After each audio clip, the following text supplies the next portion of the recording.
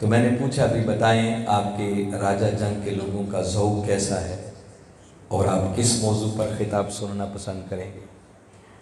ایک تو انہوں نے مجھے بتایا کہ ہمارے راجہ جنگ کے لوگوں کا ذوق یہ ہے کہ ذرا اونچی آواز سے یہ خطاب سنتے ہیں، جتنا زیادہ سے زیادہ زور سے بولیں گے اتنے یہ زیادہ خوش ہوں گے۔ دوسرا انہوں نے کہا یہ شعر و شاعری کو بہت پسند کرتے ہیں۔ تو میں دل میں سوچ رہا تھا کہ پھر آپ نے مجھے بلا کے غلط فیصلہ کر لیا ہے، یہ دونوں چیزیں میرے ہاں موجود نہیں ہیں۔ خیر، تیسری بات میں نے پوچھی کہ اچھا موضوع کیا ہونا چاہیے، وہ سن کر مجھے خوشی ہوئی۔ وہ کہتے تھے ہم چاہتے ہیں کہ آپ ہمیں یہ بتائیں کہ ہم میلاد مناتے کیوں ہیں، اس موضوع پر ہم سننا چاہتے ہیں۔ میں نے اپریشیٹ کیا، بھی اچھا موضوع ہے اور ضرورت بھی ہے۔ سچی بات یہ ہے کہ فی زمانہ جس دور سے ہم گزر رہے ہیں، اکثر و بیشتر الا ماشاءاللہ جو اچھی محافل ہیں وہ ہیں، میں ان کا انکار نہیں کرتا، اچھی گفتگو کرنے والے بھی لوگ ہوتے ہیں، استثناء ہر جگہ موجود ہوتا ہے، مگر اکثر و بیشتر ہماری دین کے نام پر سجنے والی محافل کا حال یہ ہو چکا ہے کہ اس میں ہم وقتی طور پر تفریح طبع کے لیے اور انجوائے کرنے کے لیے آتے ہیں، نہ آنے والوں کا کوئی مقصد ہوتا ہے اور نہ سنانے والے کوئی سوچ کے آتے ہیں کہ آج میں نے سننے والوں کو دینا کیا ہے۔ لوگ بھی اکثر یہ دیکھنے آتے ہیں کہ چلتے ہیں، دیکھیں گے مولانا صاحب زور کتنا لگاتے ہیں، وہ اپنی کرسی سے اچھلتے کتنا ہے، وہ دوسروں کو برا بھلا کتنا کہتے ہیں، گالیاں کتنی دیتے ہیں، لطیفے کتنے سناتے ہیں، چٹکلے کتنے سناتے ہیں، بس یہ ذوق رہ گیا ہے۔ اور میں نے دیکھا ہے کہ جو بندہ جتنے لطیفے سناتا ہے اس کی فیس بھی اتنی زیادہ ہے۔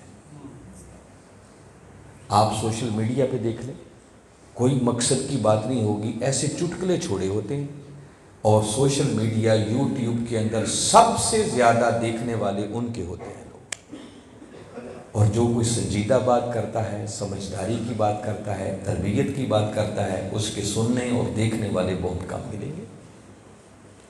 یہ بدقسمتی ہے کہ ہمارا ذوق ایسا بن گیا۔ ایک بات یاد رکھ لیں کہ علم زور زور سے بولنے کا نام نہیں ہے، علم سر اور لے کا نام بھی نہیں ہے۔ علم اس چیز کا نام ہے کہ آپ کی گفتگو سن کر کسی کا عقیدہ سمجھے، کسی کا عمل سمجھے۔ اگر ساری رات کی تقریریں ہوں اور بدلے کوئی نہ، تو اس تقریر کا کوئی فائدہ نہیں۔ ہمیں از سر نو اپنی ان محافل اور مجالس کو منظم کرنے کی ضرورت ہے، ان کو نتیجہ خیز بنانے کی ضرورت ہے، ان کو فروٹفل بنانے کی ضرورت ہے، تاکہ ان محافل کے اندر ہمارے بچے آئیں، ہمارے نوجوان آئیں تو کچھ نہ کچھ لے کر جائیں۔ یہ اصل میں ہماری تربیتی نشستیں ہونی چاہیے، یہ تربیت گاہیں بننی چاہیے۔ آپ لوگوں سے میں ایک ریکویسٹ کروں گا کہ جب کبھی بھی کسی دین کے نام پر سجنے والی محفل میں آئیں تو کبھی تماشائی بن کر نہیں آئیں، گھر سے باوضو ہو کر آیا کریں، اچھے کپڑے پہن کر آیا کریں، سروں کو ڈھانپ کر آیا کریں، اور اللہ کی بارگاہ میں ایک دعا کر کے آیا کریں کہ مولا تیرے دین کے نام پر سجنے والی محفل میں جا رہا ہوں، میرے سنورنے کا کچھ سامان کر دینا۔ جب آپ سارے اس نیت کے ساتھ آئیں گے تو ہو سکتا ہے آپ کے اخلاص کے صدقے مولا کہنے والے کو بھی کوئی اچھی بات کرنے کی توفیق دے۔ تو جب ارادہ ہی کوئی نہیں ہوگا تو ملے گا کیا؟ تاہم میں آج کے اس موضوع پر اپریشیٹ کرتا ہوں نوجوانوں کو، طلباء کو، اور یہ آج کے وقت کی ضرورت بھی ہے۔ آپ دیکھیے نا کہ جیسے ہی ربیع الاول کے مہینے کا آغاز ہوتا ہے تو گلیاں اور بازار سجنا شروع ہو جاتے ہیں، ہر طرف لائٹنگ ہو جاتی ہے، جھنڈیاں لگ جاتی ہیں، گھر گھر محافل میلاد شروع ہو جاتی ہیں، محافل نعت شروع ہو جاتی ہیں، میلاد کے جلوس نکالے جاتے ہیں، مٹھائیاں بانٹی جاتی ہیں، اور جیسے جیسے 12 ربیع الاول کا دن قریب آتا جاتا ہے یہ سب خوشیاں بھی اپنے جوبن اور عروج کی طرف بڑھتی چلی جاتی ہیں، اور 12 ربیع الاول کے دن کے تو پھر کیا کہنے، وہ تو عاشقوں کے ایمان پر ایک بہار کا دن ہوتا ہے، اور آج دیکھیں کم و بیش کو 2 ہفتے میلاد کو گزرے ہوئے ہو گئے ہیں، 12 ربیع الاول کا دن، مگر میلاد کی محافل پھر بھی اپنے جوبن اور عروج پر ہے۔ یہ کئی مہینوں تک اسی طرح جاری و ساری رہے گی، اور میلاد تو سارا سال ہی جاری رہتا ہے۔ وہ کسی نے کیا خوب کہا ہے نا کہ جب نہیں ملتی کہیں سے بھی سکون کی دولت، آقا تیری محفل تیرے دیوانے سجا دیتے ہیں۔ یہ میلاد سارا سال ہی جاری رہتا ہے۔ مگر حاضرین مکرم، جہاں اہل محبت یہ سب کچھ کرتے ہیں، وہاں ساتھ ہی ساتھ آج کی نوجوان نسل کے ذہنوں میں بہت سارے سوالات بھی پیدا ہوتے ہیں۔ سوشل میڈیا کا دور ہے، اور سوشل میڈیا پر ایسے بہت سارے سوالات گردش کر رہے ہوتے ہیں، اور نوجوان جاننا چاہتے ہیں کہ ہم آقا کے میلاد پاک پر اتنی خوشی کیوں کرتے ہیں، اس کا شرعی جواز کیا ہے، جھنڈیاں کیوں لگائی جاتی ہیں، لائٹنگ کیوں کی جاتی ہے، اتنی کثرت کے ساتھ محافل میلاد اور محافل نعت کیوں ہوتی ہیں، میلاد کے جلوس کیوں نکالے جاتے ہیں، مٹھائیاں کیوں بانٹی جاتی ہیں۔ پھر سوچتے سوچتے آگے چلتے ہیں کہ کیا آقا کے دور میں بھی کوئی ایسا میلاد تھا؟ کیا صحابہ کرام بھی میلاد منایا کرتے تھے؟ کیا ہمارے آقا صلی اللہ علیہ وسلم نے خود بھی کبھی اپنا میلاد منایا تھا؟ اور پھر خود ہی ایک نتیجے پر پہنچ جاتے ہیں کہ چونکہ میلاد آقا کے دور میں نہیں تھا تو لہٰذا میلاد ناجائز ہو گیا، یہ بدعت بن گیا۔ اس کے علاوہ ایک اور سوال جو ذہنوں کو بڑا ڈسٹرب کرتا ہے وہ یہ کہ 12 ربیع الاول کا دن اگر ہمارے آقا صلی اللہ علیہ وسلم کی ولادت باسعادت کا دن ہے تو اسی دن آپ کا وصال مبارک بھی ہوا۔ کچھ لوگ یوں بھی سوچتے ہیں کہ بڑی عجیب بات ہے کہ ہم میلاد پر خوشی تو کر لیتے ہیں، تو کیا ہمیں وصال پر غم نہیں؟ چلو اگر غم نہیں کر سکتے تو وصال مبارک والے دن ایک جشن کا سمہ بنا لینا شاید یہ کسی طور پر بھی مناسب نہیں ہے۔ یہ چند ایک وہ بنیادی سوالات ہیں جو ذہن کے کسی نہ کسی کونے خدرے میں موجود ضرور ہے، اور نوجوان اس پر سیٹسفیکشن چاہتے ہیں، اطمینان چاہتے ہیں کہ یہ سارا کچھ کیوں ہوتا ہے۔ میں انشاءاللہ پوری کوشش کروں گا کہ بڑا آسان کر کے یہ مضمون آپ کو سمجھاؤں، اور آج کا ہمارا یہ پروگرام ایک تربیتی نشست بن جائے۔ اور ایک بات ذہن نشین کر دیں کہ میں جو کچھ آج اس موضوع پر کہنے والا ہوں، میری اس گفتگو کا مقصد ہرگز ہرگز ہرگز کسی میلاد نہ منانے والے کے اعتراضات کا جواب دینا نہیں ہے۔ جس کا جو عقیدہ ہے وہ اسے سلامت۔ ہمارے قائد نے تو ایک ہی بات سمجھائی ہے کہ بیٹے اپنے عقیدے کو کبھی چھوڑنا نہیں ہے اور کسی دوسرے کے عقیدے کو کبھی چھیڑنا نہیں ہے۔ اگر اس فارمولے پہ عمل کر لینا تو بہت ساری پریشانیاں ختم ہو جائیں۔ تو پھر اگر ذہن میں خیال آئے کہ اس موضوع پر میں بات کیوں کر رہا ہوں، بات اس لیے کر رہا ہوں کہ ایک تو نوجوانوں نے تقاضا کیا، اور ان کے تقاضے کو سن کر میں نے یہ عزم کر لیا کہ اس موضوع پر بات ہونی چاہیے، اور اس لیے ہونی چاہیے کہ دیکھیے اگر ہمارے بچے، ہمارے نوجوان جن کے والدین، جن کے آباء و اجداد کئی نسلوں سے آقا کا میلاد مناتے چلے آ رہے ہیں، اگر ان بچوں کے ذہنوں میں میلاد کے حوالے سے کوئی شکوک و شبہات کی گرد پیدا ہو جائے تو میرا یہ فرض بنتا ہے کہ کملی والے آقا صلی اللہ علیہ وسلم کی بارگاہ اقدس کا جھاڑو بردار بن کر اس گرد کو صاف کرنے کی نوکری انجام دوں، تاکہ ہمارے بچے پوری کلیئرٹی کے ساتھ، شرح صدر کے ساتھ، پورے ایمان اور یقین کے ساتھ آقا کا میلاد منانے کے لیے تیار ہو سکیں۔ یہ بنیادی مقصد ہوگا میری گفتگو کا۔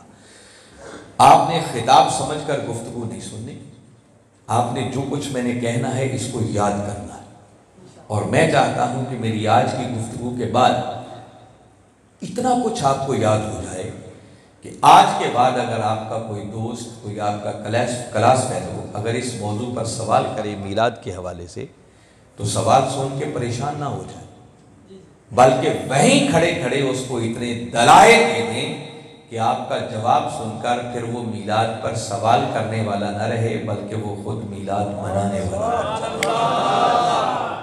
میں اس طرح آپ نوجوانوں کی آج تیاری چاہتا ہوں۔ تو میں امید کرتا ہوں کہ آپ بڑی توجہ سے سنیں گے۔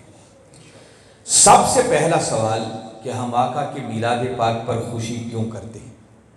اس کا جواب بڑا سادہ سا ہے کہ ہم آقا کے میلاد پاک پر خوشی اس لیے کرتے ہیں کہ میلاد پر خوشی کرنے کا حکم خود خدا نے دیا ہے، اور اللہ کے حکم پر عمل کرنا عبادت ہے۔ ہم اللہ کا حکم سمجھ کر عبادت جانتے ہوئے آقا کی آمد پر خوشیاں کرتے ہیں۔ جب آپ اتنی بات کریں گے تو سوال کرنے والا اگلی بات پوچھ لے گا، وہ کہے گا کہ اگر یہ اللہ کا حکم ہے تو اس کی کوئی سند، کوئی دلیل، اللہ نے کہاں حکم دیا؟ اب یہ یاد رکھنے والی بات ہے جو میں بتا رہا ہوں۔ قرآن پاک کی ایک سورت ہے سورہ یونس، قرآن پاک کی 10ویں سورت ہے اور اس کی آیت کا نمبر ہے 58۔ اب آیت کو بڑی توجہ سے سننا ہے، میں آیت بھی پڑھ رہا ہوں اور اس کا ترجمہ بھی کر رہا ہوں، اور اس کے بعد میں نے آپ لوگوں سے ایک سوال پوچھنا ہے، جواب وہی دے پائے گا جو غور سے سنے گا۔ باری تعالیٰ نے اپنے محبوب مکرم صلی اللہ علیہ وسلم سے مخاطب ہو کر ارشاد فرمایا، قل، اے میرے محبوب ذرا آپ اپنی میٹھی میٹھی زبان سے انہیں بتا دیجئے، اعلان کر دیجئے، بفضل اللہ و برحمتہ، کہ یہ جو ان پر اللہ کا فضل اور اس کی رحمت ہوئی ہے، فَبِذَلِكَ فَلْيَفْرَحُوا، پس انہیں چاہیے کہ اس پر خوشیاں منایا کریں۔ اور آگے فرمایا، هُوَ خَيْرٌ مِّمَّا يَجْمَعُونَ، اور محبوب یہ بھی بتا دو کہ ان کا یہ خوشی کرنا ہر اس عمل سے بڑھ کر ہے جو یہ اپنے لیے جمع کرتے ہیں۔ ممکن ہے جب یہ آیت کریمہ آپ پڑھیں تو اگر سوال کرنے والا کوئی سمجھدار ہو آدمی تو کچھ بعید نہیں وہ اگلا سوال کر دے اور وہ آپ سے پوچھے کہ آیت تو آپ نے اس لیے پڑھی تھی کہ اس آیت کے اندر باری تعالیٰ نے میلاد پر خوشی کرنے کا حکم دیا، تو آیت میں میلاد کا تو ذکر ہی کہیں نہیں آیا، کیا خیال ہے آیا ہے؟ جی اختلاف ہو گیا ہے، اور باقی چپ جو ہیں ان کا مجھے سمجھ نہیں آ رہی وہ کدھر ہیں، نہ ہاں کہہ رہے ہیں نہ کہہ رہے ہیں۔ چلو دو آوازیں آئی ہیں، ایک آیا ہے اور ایک نہیں آیا۔ اگر آپ مجھ پہ اعتماد کریں، آج مجھے مہمان کے طور پر آپ نے بلایا ہے تو میں امید کرتا ہوں کہ میری بات آپ مان لیں گے۔ ایک طالب علم ہونے کے ناطے میں آپ کو بتا رہا ہوں کہ اس آیت کریمہ کے اندر باری تعالیٰ نے صراحت کے ساتھ اپنے محبوب کے میلاد کا نام کوئی نہیں لیا، اس لیے دھکے سے کہنا کہ ذکر آیا ہے یہ زیادتی ہے۔ اب آپ پوچھیں گے کہ پھر میلاد کی خوشی ثابت کیسے ہوئی؟ یہ بات آپ کو سمجھانا چاہ رہا ہوں، بات دلیل سے ہونی چاہیے تاکہ اگلے کو اپیل کریں۔ آپ کہیں بے بجا ہے اس آیت کریمہ میں باری تعالیٰ نے صراحت کے ساتھ اپنے محبوب کے میلاد کا نام کوئی نہیں لیا، مگر ایک بات حق ہے جس کا کوئی انکار نہیں کر سکتا کہ باری تعالیٰ نے حکم یہ دیا ہے کہ بھئی جس شخص کو جب بھی، جہاں بھی، جتنا بھی اور جس حال میں بھی اللہ کا فضل اور اس کی رحمت ملے، اسے چاہیے کہ اس فضل اور رحمت کے ملنے پر خوشی کرے۔ یہ حکم تو ہے نا، اس کا تو کوئی انکار، یہ تو نص ہے قرآن پاک کی، ڈائریکٹ الفاظ ہیں۔ اب اللہ کے فضل کی بھی کروڑوں شکلیں ہیں اور اس کی رحمت کی بھی کروڑوں شکلیں ہیں، یہ کسی ایک شکل میں بند؟ دیکھیں نا، کوئی بیمار تھا، اسے صحت مل گئی، اس پر اللہ کا فضل بھی ہو گیا، اس کی رحمت بھی ہو گئی۔ کوئی بے اولاد تھا، اللہ نے اولاد کی نعمت دے دی، اس پر اللہ کا فضل بھی ہو گیا، اس کی رحمت بھی ہو گئی۔ کوئی بے روزگار تھا، اچھی نوکری مل گئی، اس پر فضل بھی ہو گیا، اس کی رحمت بھی ہو گئی۔ کوئی طالب علم تھا، اچھے نمبر لے کے پاس ہو گیا، اس پر فضل بھی ہو گیا، اس کی رحمت بھی ہوگی۔ اور طلبہ کے انجوائے کرنے کے لیے بات کر رہا ہوں، کرونا آ گیا، امتحان دینا نہیں پڑے، مفت میں پاس ہو گئے۔ اب پتہ نہیں اس کو فضل رحمت کہنا چاہیے یا نہیں، کیونکہ موجیں لگ گئی ہیں لوگوں کی، جس کو دیکھو 1100 میں سے 1100 نمبر۔ تاہم میں بتا یہ رہا تھا کہ فضل اور رحمت کی کروڑوں شکلیں، یہ کسی ایک شکل میں بند اور راجہ جنگ والوں یاد رکھو اس کائنات کے اندر اللہ کا سب سے بڑا فضل وہ خود ذات محمد مصطفیٰ صلی اللہ علیہ وسلم، اور اللہ کی سب سے بڑی رحمت وہ بھی وجود محمد مصطفیٰ صلی اللہ علیہ وسلم۔ بلکہ حق اور سچ بات تو یہ ہے کہ کائنات کے اندر جس کو بھی اللہ کا فضل اور اس کی رحمت ملتی ہے وہ تو ملتی ہی مصطفیٰ کے قدموں کے صدقے سے۔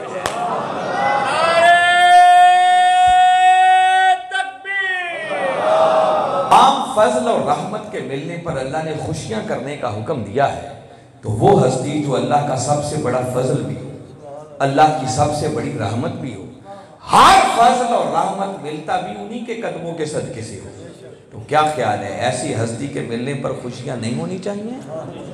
وہ تو آیت کریمہ سے ثابت ہو رہا ہے۔ ایک بات، دوسری بات سن لیں، قرآن پاک کی ایک ایک آیت کی کئی تفسیریں ہوتی ہیں اور کسی ایک تفسیر کی وجہ سے باقی تفسیریں رد نہیں ہو جاتی۔ ہر تفسیر کا ایک اپنا مقام ہوتا ہے، اپنا درجہ ہوتا ہے۔ اس آیت کریمہ کی مفسرین نے ایک تفسیر اور بھی کی ہے اور وہ کہتے ہیں کہ یہ جو آیت ہے اس سے پچھلی آیت اس میں اللہ رب العزت نے قرآن کا ذکر کیا اور فرمایا کہ اے انسانوں قرآن کی شکل میں تمہارے پاس موعظت ایک نصیحت آ گئی، تو چونکہ پچھلی آیت میں قرآن کا ذکر ہے تو باری تعالیٰ نے اسی مضمون کو جاری رکھتے ہوئے اگلی آیت کریمہ میں اسی قرآن کو اپنا فضل اور اپنی رحمت قرار دیا ہے، اور حکم یہ ہے کہ محبوب نے بتا دو کہ یہ جو قرآن کی شکل میں ان پر اللہ کا فضل اور اس کی رحمت ہوئی ہے، انہیں چاہیے کہ اس قرآن کے ملنے پر خوشیاں منایا کریں۔ یہ ایک تفسیر ہے۔ بعض لوگوں نے اسی معنی کو پکڑا اور شور مچا دیا کہ دیکھو اس آیت کریمہ کے اندر تو قرآن کے ملنے پر خوشی ہے، تو میلاد پر خوشی کرنے کا حکم کہاں سے ثابت ہو گیا؟ میں اس بات کو بھی نظر انداز نہیں کرنا چاہتا، اس کو بھی انٹرٹین کرتا ہوں۔ حاضرین مکرم، اگر فضل اور رحمت سے مراد اللہ کا قرآن بھی لے لیا جائے تو یہ بات طے ہو گئی کہ باری تعالیٰ نے قرآن کے ملنے پر خوشیاں کرنے کا حکم دیا۔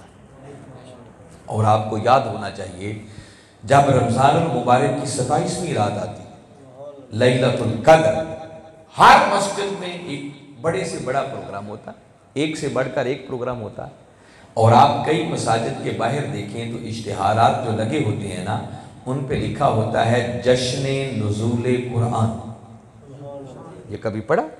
لکھا ہوتا ہے نا، ہم قرآن کے ملنے پر جشن مناتے ہیں، خوشیاں کرتے ہیں، اور وہ جو جشن منایا جاتا ہے اس کی بنیاد اور اس کی دلیل بھی قرآن پاک کی یہی آیت ہے، اس میں کوئی شک نہیں۔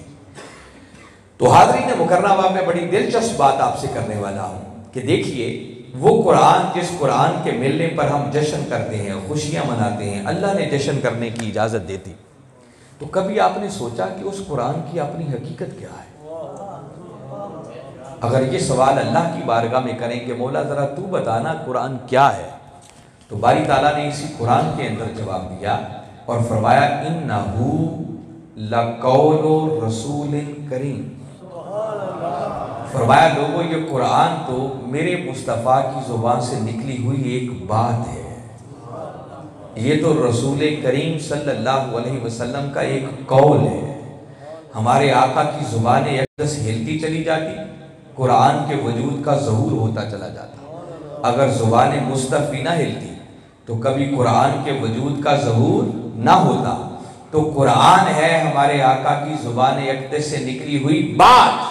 ارے سوچو، جس نبی کی زبان سے نکلی ہوئی اگر بات مل جائے تو خدا اس پر جشن کرنے کے حکم دے رہا ہے، تو بھئی جس امت کو وہ بات والا رسول ہی مل جائے تو کیا اس رسول کے ملنے پر خوشیاں نہیں ہونی چاہیے؟ وہ تو بھئی اس سے بھی بڑھ کے ہونی چاہیے۔ کسی نے ام المومنین حضرت عائشہ صدیقہ رضی اللہ تعالیٰ عنہ سے پوچھا کہ ام المومنین ذرا بتائیں ہمارے آقا کے اخلاق کیسے تھے؟ جواب دیتی ہیں کانا خلقہ القرآن۔ اے پوچھنے والے، کیا قرآن پڑھ کے نہیں دیکھا یہ سارے کا سارا قرآن کملی والے آقا کی اداؤں کا نام ہے، یہ آقا کے اخلاق کا نام ہے۔ تو قرآن کملی والے آقا کے اخلاق پر مشتمل کتاب کا نام ہے۔ ذرا سوچو، ارے جس نبی کے اخلاق پر مشتمل اگر کتاب مل جائے تو خدا اس پر خوشیاں کرنے کے حکم دے، تو جس امت کو وہ اخلاق والا رسول ہی مل جائے، کیا اس پر خوشیاں نہیں ہونی چاہیے؟ وہ تو بھئی پہلے سے بھی بڑھ کر ہونی چاہیے۔ اس زاویہ نگاہ سے بھی دیکھیں تو اس آیت کریمہ سے آقا کی آمد پر خوشیاں کرنا ثابت ہو رہا ہے۔ تیسری بات، مفسرین کے نزدیک یہ ایک طے شدہ اصول ہے، خواہ وہ کسی بھی مکتب فکر کا کوئی امام ہے، کسی کا کوئی اختلاف نہیں اس بات پر۔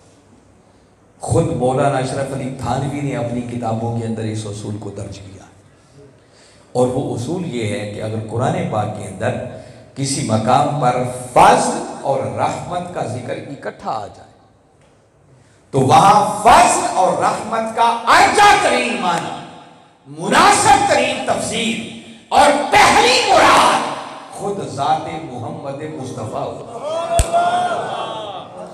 باقی سب معنی بعد میں لیے جائیں گے۔ اگر اس اصول کے مطابق فضل اور رحمت سے مراد آقا کی ذات مبارک لے لی جائے تو آیت کا معنی یہ ہے کہ باری تعالیٰ فرما رہے ہیں، کل محبوب ذرا اپنی میٹھی میٹھی زبان سے انہیں بتا دو، بفضل اللہ و برحمتہ، کہ یہ جو آپ کے وجود مسعود کی شکل میں، آپ کی ولادت باسعادت کی شکل میں، آپ کی آمد کی شکل میں ان پر اللہ کا فضل اور اس کی رحمت ہوئی ہے، پس انہیں چاہیے کہ آپ کی آمد پر دل کھول کر خوشیاں منایا کریں۔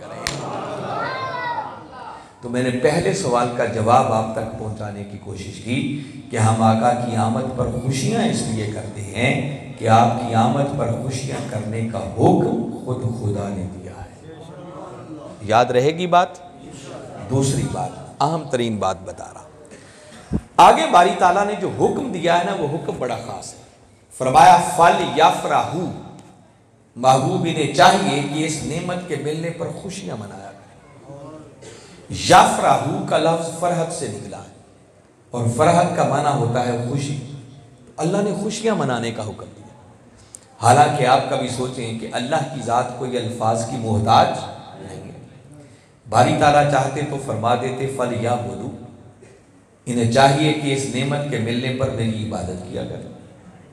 باری تعالیٰ فرما سکتے تھے فَلْيَسْجُدُوا، انہیں چاہیے کہ اس نعمت کے ملنے پر شکرانے کے سجدے کیا کریں۔ باری تعالیٰ چاہتے تو فرما دیتے فَلْيُنْفِقُوا، انہیں چاہیے کہ اس نعمت کے ملنے پر صدقہ و خیرات کیا کریں۔ اللہ نے کوئی ایسا حکم نہیں دیا، بلکہ فرمایا فَلْيَفْرَحُوا، انہیں چاہیے کہ اس نعمت کے ملنے پر دل کھول کر خوشیاں منایا کریں۔ باری تعالیٰ اس خوشی کرنے کا معنی کیا ہے؟ باقی کام نہیں ہونے چاہیے؟ وہ جواب دیتا ہے کہ نہیں، کسی اور کام سے تمہیں منع نہیں کر رہا، سب کچھ کرو، مگر فَلْيَفْرَحُوا کا تقاضا یہ ہے، یہ کلمات استعمال کر کے بتانا یہ چاہتا ہوں کہ لوگوں، میرے مصطفیٰ کی ولادت کا دن آئے، میرا دل ٹھنڈا تب ہوگا کہ اس دن تمہارے دل خوشی سے پھولے نہ سمائیں، ہر طرف خوشیاں خوشیاں ہو جائیں، مرجائے ہوئے چہرے بھی کھل اٹھیں، غمگین چہروں پر بھی مسکراہٹیں مچل جائیں۔ یہ فَلْيَفْرَحُوا کا اصل تقاضا بنتا ہے۔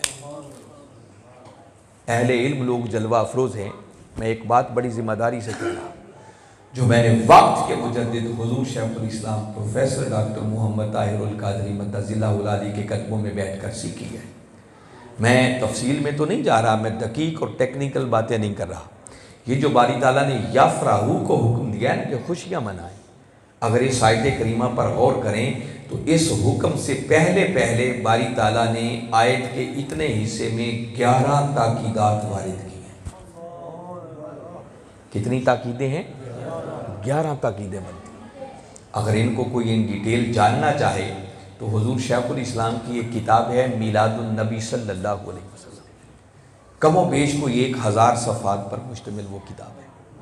اس میں ایک باب ہے جس میں صرف اسی آیت کریمہ کی شرح کی گئی، 14 صدیوں میں جو کچھ لکھا گیا وہ بھی آپ نے جمع کر دیا، سب امہات الکتب کے ریفرنسز حوالہ جات موجود ہیں، اور جدید دور کے تقاضوں کے مطابق جو نکات مزید بیان کیے وہ بھی سارے درج کر دیے۔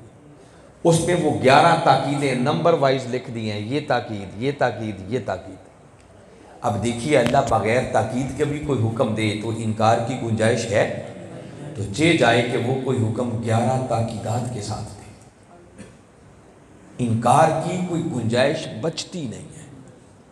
اس آیت کو سامنے رکھتے ہوئے اور قرآن پاک کے کئی دیگر مقامات کو سامنے رکھتے ہوئے ایک بات کہہ رہا ہوں، یہ جو کمری والے آقا کی آمد پر مطلق خوشی کرنا ہے، میں ابھی یہ نہیں کہہ رہا کہ میلاد کا جلسہ کریں، محفل نعت کریں، میلاد کا جلوس نکالا جائے، مٹھائیاں بانٹی جائیں، میں کسی شکل کی ابھی بات نہیں کر رہا، مطلق خوشی کرنا، اس دن آپ کا دل خوشی سے پھولا نہ سما۔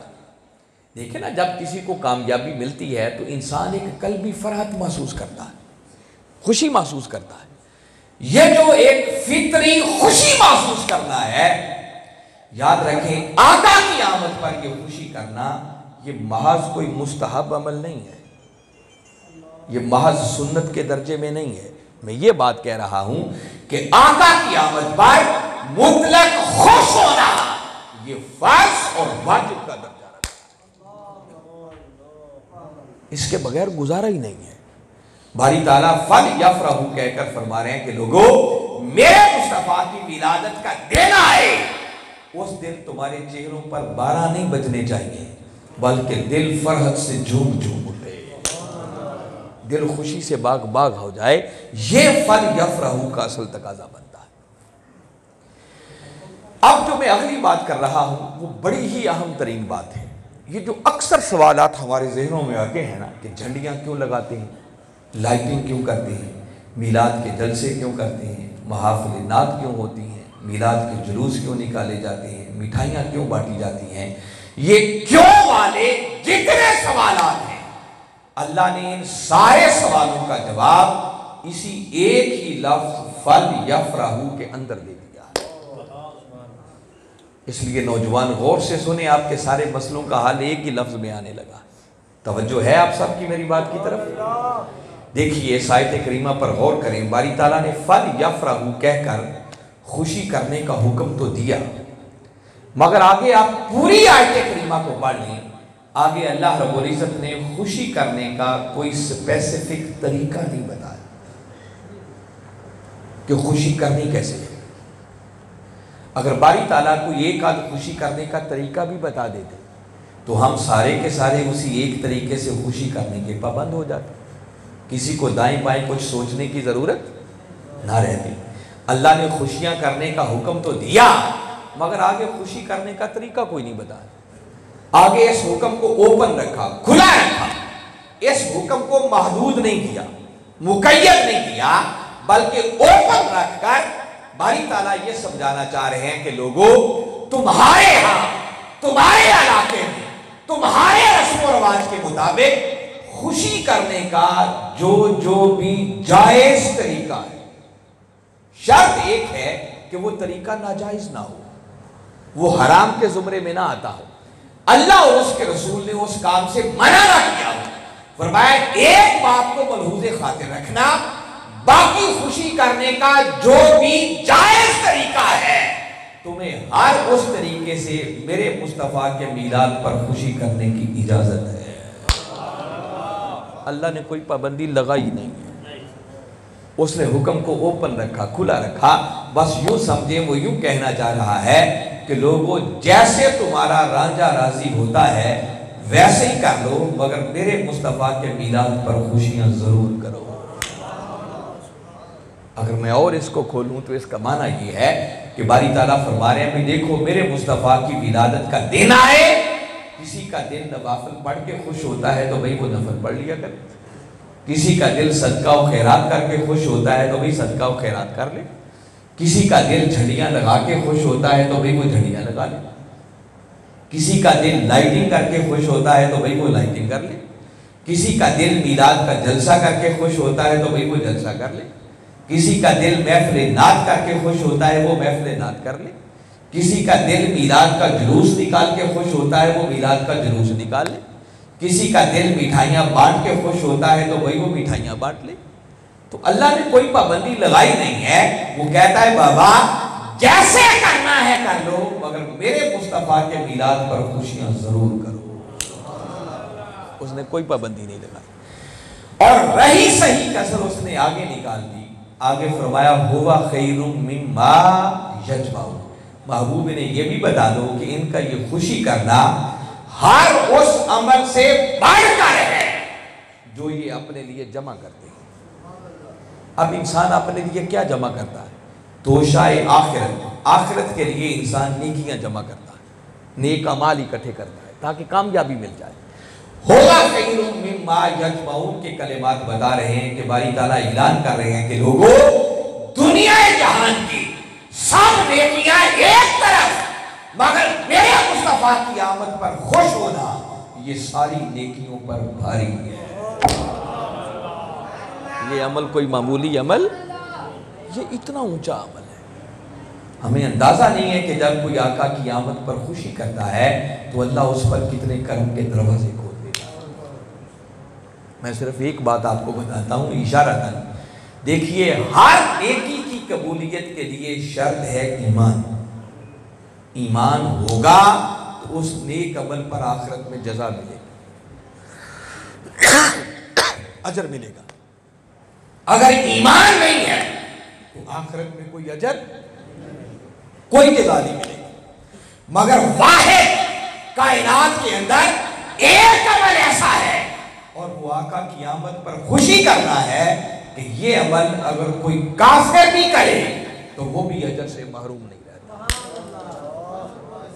اللہ اس کو بھی اجر عطا کر دیتا. نعرہ تکبیر، نعرہ حیدری.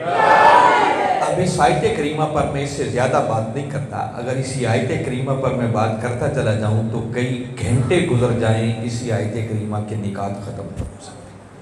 اگر کوئی پڑھنے کا ذوق رکھتا ہے نا تو میں نے ریفرنس بھی لیا ہے. ایک ہی کتاب بتا رہا ہوں میلاد النبی صلی اللہ علیہ وسلم. اس میں پورا باب ہے جس میں اسی آیت کریمہ کی شرح کی گئی. آپ پڑھیں گے آپ کا ایمان تازہ ہو جائے گا. اب میں تھوڑا اور آسان کر کے چند باتیں نوجوانوں کے لیے کہنا چاہ رہا ہوں تاکہ آسان کر کے ان کو اور طریقے سے بھی سمجھاؤں. مثلا یہ 3 بڑے بڑے کام جو میں نے ذکر کیا. کسی کے ذہن میں خیال آئے کہ جھنڈیاں کیوں لگاتے ہیں، لائٹنگ کیوں کرتے ہیں، جلوس کیوں نکالتے ہیں. میں ایک ایک ایمان افروز بات اس پر بتاتا ہوں. ہم تو یہ چھوٹی چھوٹی جھنڈیاں لگاتے ہیں نا. کوئی کاغذ کی جھنڈیاں لگا لیتا ہے، کوئی پلاسٹر کی لگا لیتا ہے، کوئی کپڑے کی جھنڈیاں لگا لیتا ہے. راجہ جنگ والوں یاد رکھو ہم نے جھنڈیاں کیا لگانی ہیں. جھنڈے تو وہ تھے جو آقا کے میلاد کی رات خود خدا نے لگوائے تھے. اللہ رب العزت نے جبریل امین علیہ السلام کو بلوا کر 3 جھنڈے عطا کیے. فرمایا جبریل لے جاؤ، ایک مشرق میں لگا دو، دوسرا مغرب میں لگا دو اور تیسرا بیت اللہ کی چھت پر لگاؤ جہاں میرے محبوب کی آمد ہونے والی ہے. ذرا سوچو وہ جھنڈے جو خدا نے لگوائے ہوں گے، جبریل نے لگائے ہوں گے، کتنے بڑے بڑے جھنڈے. ہم تو چھوٹے چھوٹے بلب لگا کر یہ لائٹنگ کرتے ہیں نا. ہم نے لائٹنگ کیا کرنی ہے؟ خدا کی قسم لائٹنگ تو وہ تھی جو آقا کے میلاد کی رات خود خدا نے کر رکھی. ہمارے آقا صلی اللہ علیہ وسلم کے دادا جان حضرت عبد المطلب رضی اللہ تعالیٰ وہ بیان کرتے ہیں کہ جس رات میرے پوتے کی ولادت ہوئی تو کہتے ہیں میں اللہ کے گھر خانہ کعبہ میں تھا. رات کا پچھلا پہر تھا. کہتے ہیں طواف کرتے کرتے اچانک میری نظر کعبے پر جو پڑی تو ایک منظر تو میں نے یہ دیکھا کہ اس وقت کعبہ خود میرے گھر کی طرف جھک رہا تھا. کعبے نے بھی سلامی دے کر آقا کا استقبال کیا. پھر کہتے ہیں کہ اچانک میں نے اپنی نظر اوپر جو اٹھائی تو اس وقت آسمان کے ستارے اتنے نیچے آ گئے تھے، قریب آ گئے تھے کہ کہتے ہیں یوں لگتا تھا کہ کہیں ہمارے اوپر گری نہ پڑے. یہ بات کوئی بچہ نہیں کہہ رہا، کوئی مجنون اور پاگل اور دیوانہ آدمی نہیں کہہ رہا. حضرت عبد المطلب جو قریش کے سردار اور ان سے زیرک انسان کوئی نہیں. اور پھر آپ سوچیں رات کون سی تھی؟ 12ویں رات. یہ جو 12, 13 اور 14 کی رات ہے نا، جب چاند اپنے پورے جوبن اور عروج پر ہوتا ہے تو پھر عموم ستارے تو نظر ہی نہیں آتے. اور عبد المطلب رضی اللہ تعالیٰ عنہ فرما رہے ہیں کہ لوگوں نظر نہ آنا تو بعد کی بات ہے، ستارے اتنے نیچے آ چکے تھے، قریب آ چکے تھے کہ ایسے لگتا تھا کہ کہیں ہمارے اوپر گر ہی نہ پڑے. گویا اللہ رب العزت نے اس رات آسمانی ستاروں کو زمین کے قریب کر کے اس پوری کائنات کو بھوکائے نور بنا دیا تھا. ہر طرف لائٹنگ ہی لائٹنگ تھی، روشنیاں ہی روشنیاں.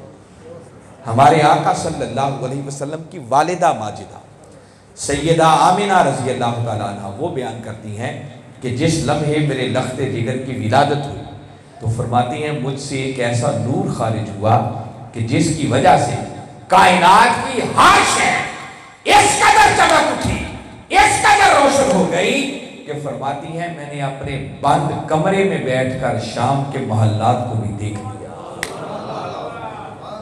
ذرا دیکھو اس نور کا عالم کیا ہوگا کہ ہر شے ہی چمک رہی ہو، ہر طرف لائٹنگ کی لائٹنگ ہو. ہم نے لائٹنگ کیا کرنی ہے؟ کوئی نیا کام نہیں. کوئی پوچھے کہ جلوس کیوں نکالتی ہے؟ میں ایک ایمان افروز بات اس پر بھی بتاتا. ہمارے آقا صلی اللہ علیہ وسلم جب مکہ سے ہجرت کر کے مدینہ تشریف لے گئے، مدینہ والوں کو اتنی خبر تھی کہ آقا نے مکہ سے روانہ کب ہونا ہے. یہ ایک طے شدہ پلاننگ تھی. اور انہیں یہ بھی خبر تھی کہ اگر کوئی مکہ سے چلے تو کتنے دنوں میں مدینہ پہنچ جاتا. مگر ہمارے آقا صلی اللہ علیہ وسلم جب گھر سے نکلے تو آپ نے سیدھا مدینہ جانے کی بجائے سیدنا صدیق اکبر رضی اللہ تعالیٰ عنہ کو ساتھ لیا اور پہلے غار ثور میں تشریف لے گئے. 3 دن اور 3 راتیں وہاں لگ گئے. لیٹ ہو گئے. ادھر مدینہ کے لوگ آپ کا انتظار کر رہے تھے. موبائل ٹیلی فون تو نکلے کوئی نہیں تھے کہ فون کر کے بتا دیتے کہ بھی ہم لیٹ آ رہے ہیں. ادھر مدینہ والوں کے انتظار کی شدت کا عالم یہ تھا کہ کہتے ہیں 3 دن تک مدینہ کے لوگ اپنے گھروں سے ناشتے کر کے نکل آتے اور مدینہ کے ارد گرد جو ٹیلے تھے، اونچے اونچے پہاڑ تھے، ان پر چڑھ جاتے اور کئی کھجور کے درخت کے تنوں پر چڑھ کر آقا کی راہ تکتے تھے کہ آقا کی سواری نظر آئے. اب تو وہ راہ تکنے کا دور ہی ختم ہو گیا نا. موبائل ٹیلی فون نکل آئے، زمانہ بدل گیا، کلچر بدل گیا. اب کوئی راہ نہیں تکتا، گھر بستر پہ لیٹ کے فون پہ رابطہ کرتے ہیں، جی لاہور سے چل پڑے کہ نہیں، اب کہاں پہنچے، اب کہاں پہنچے، اب کہاں پہنچے. یہ بڑے بزرگ وہ میری بات کی تائید کریں گے، جب یہ ٹیلی فون وغیرہ نہیں نکلے تھے نا تو کسی کا کوئی خاص مہمان آنا ہوتا، کسی کے بیٹے نے آنا ہوتا، کسی کے والد نے آنا ہوتا، کسی کے پیر و مرشد نے آنا ہوتا تو میزبان کئی مرتبہ گھر سے باہر آ کر مہمان کی راہ تکتے تھے. ایسے ہوتا تھا یا نہیں؟ تو ذرا چشم تصور میں لائیں ان مدینہ والوں کے انتظار کا عالم کیا ہوگا جن کے مہمان خود محمد مصطفیٰ بننے والے. جب 3 دن کی تاخیر کے بعد دور سے آقا کی سواری آتی ہوئی نظر آئی تو شہر مدینہ میں ایک دھوم مچ گئی، شور بپا ہو گیا کہ آقا تشریف لے آئے. کیا بچے، کیا بوڑھے، کیا مرد، کیا عورتیں، ہر کوئی اپنے گھر سے باہر نکل آیا اور مدینہ کے لوگوں نے مدینہ کی بستی سے باہر آ کر اکٹھے ہو کر جلوس کی شکل میں کملی والے آقا کا استقبال کیا. مدینہ کی بچیوں نے گھروں کی چھتوں پر چڑھ کر دف بجا بجا کے نعتیں پڑھ پڑھ کر کملی والے آقا کا استقبال کیا. جب آقا شہر مدینہ میں پہنچ گئے اب کوئی عرض کرتا ہے کہ آقا میرے گھر میں تشریف لیا، کوئی ریکویسٹ کرتا ہے آقا میرے مہمان بن جائیں، کوئی عرض کرتا ہے آقا یہ سعادت مجھے عطا کر دیں، میرے گھر آ جائیں. ہمارے آقا صلی اللہ علیہ وسلم فرمانے لگے بھی نہیں، میری یہ اونٹنی اللہ کے حکم پر مامور ہے، یہ خود بخود جس خوش نصیب کے دروازے کے سامنے بیٹھے گی میں محمد اسی کا مہمان بن جاؤں گا. یہ بات یاد ہے نا؟ اور معلوم ہے کن کے گھر کے سامنے اونٹنی بیٹھی تھی؟ حضرت ابو ایوب انصاری رضی اللہ. کیا خوش نصیب سے آدھی تھے وہ آقا. اب میں جو بات کہنے لگا ہوں کہ ذرا چشم تصور میں لائیں 14 صدیاں پہلے کا مدینہ، جتنی کل مسجد نبوی ہے نا، شہر مدینہ اس کے اندر اندر آ جاتا تھا. کچے مکان ہوں گے، تنگ تنگ گلیاں ہوں گی۔ جب آقا نے یہ فرمایا ہوگا کہ بھی میں اسی کا مہمان بنوں گا جس کے دروازے کے سامنے میری اونٹنی بیٹھے گی، تو ذرا چشم تصور میں لائیں کہ مدینہ کی گلیوں میں آگے آگے آقا کی سواری ہوگی، تو کیا پیچھے مدینہ والوں کا جلوس ہوگا یا نہیں ہوگا؟ بھئی وہ جلوس ہی تو تھا، اور کیا تھا؟ اور مدینہ کے لوگ چپ کر کے نہیں جا رہے تھے، وہ مدینہ کی گلیوں میں نعرے لگاتے ہوئے آقا کو لے کر آگے بڑھتے جا رہے تھے، اور مدینہ والوں کا نعرہ تھا یا محمدہ یا رسول اللہ، یا محمدہ یا رسول اللہ، یا محمدہ یا رسول اللہ۔ یہ نعرے لگاتے ہوئے وہ آقا کو لے کر مدینہ کی گلیوں سے گزرتے جا رہے تھے۔ جلوس بھی ہے، جلوس بھی آقا کی آمد کا ہے، آقا خود بھی اس میں موجود ہیں، اور اتفاق کی بات یہ ہے کہ جس دن آقا مدینہ میں پہنچے وہ دن بھی پیر کا تھا۔ کون سا دن تھا؟ پیر کا دن تھا، جو آقا کی ولادت باسعادت کا دن ہے۔ کوئی اسے آقا کی آمد کا جلوس کہہ لے، کوئی آقا کی ولادت کا جلوس کہہ لے، انکار کوئی بھی نہیں کیا جا سکتا۔ تو پتہ چلا کہ کوئی کام بھی نیا نہیں ہے۔ پھر کے ذہنوں میں یہ جو سوال آتا ہے کہ کیا آقا نے خود بھی کبھی اپنا میلاد بنایا تھا؟ اور چونکہ میلاد آقا کے دور میں نہیں تھا تو لہٰذا میلاد ناجائز ہو گیا، یہ بدعت ہو گئی۔ راجہ جنگ والوں، یہ بات تو میں بعد میں بتاتا ہوں کہ آقا نے اپنا میلاد خود بنایا یا نہیں بنایا، مگر ایک بات پہلے غور سے سمجھ لیں۔ اگر کوئی شخص یہ بات کہے کہ میلاد ناجائز ہے اس لیے چونکہ آقا کے دور میں نہیں تھا، اگر اس اصول پر وہ اس کو نیگیٹ کرنا چاہے اور کہے کہ جائز نہیں ہے، تو اتنی بات سن کر سمجھ جائیں کہ اس بیچارے کو دین کی الف بے کا بھی پتہ نہیں ہے۔ ایسی بات کوئی جاہل آدمی کر سکتا ہے، عالم نہیں کر سکتا۔ وجہ اس کی یہ ہے کہ اگر اصول یہ بنا لیا جائے کہ جائز صرف وہ ہے جو آقا کے دور میں تھا، اور جو آقا کے دور میں نہیں تھا وہ سب کچھ ناجائز ہے، تو یاد رکھیں جس دین پر آج ہم عمل کرتے ہیں نا، کم و بیش اس کا 80% حصہ وہ دین سے خارج کرنا پڑے گا، پیچھے بچے گا کچھ۔ مثلاً کہ دیکھیں کتنی خوبصورت مسجد آپ نے بنائی ہے، ہر شہر کے اندر ایک سے بڑھ کر ایک مسجد ہے، پکی مسجدیں، سنگ مرمر کی ٹائلیں، اونچے اونچے مینار، خوبصورت گنبد، دیواروں پر آیتیں لکھی ہوتی ہیں، درود پاک لکھا ہوتا ہے، اللہ اور اس کے رسول کے نام لکھے ہوتے ہیں۔ مجھے بتائیں جس طرح کی مسجدیں آج ہم بناتے ہیں، ہمارے آقا کے دور میں تو کوئی ایسی مسجد نہیں، مسجد نبوی بھی کچی ہوتی تھی، تو کیا معاذ اللہ ان کو ناجائز اور بدعت کہہ کے شہید کروا دیا جائے؟ کیا کریں گے آپ؟ میں اس سے بھی بڑی بات بتاتا ہوں، جس خوبصورت شکل میں قرآن آج ہمارے ہاتھوں میں ہے، ایک جلد کے اندر رنگین پرنٹنگ، موٹے موٹے حروف، نیچے ترجمہ بھی لکھا ہوتا ہے، سائڈ پہ حاشیہ بھی ہوتا ہے، جس خوبصورت شکل میں قرآن آج ہمارے ہاتھوں میں ہے، ہمارے آقا کے دور میں اس شکل میں کوئی قرآن موجود نہیں۔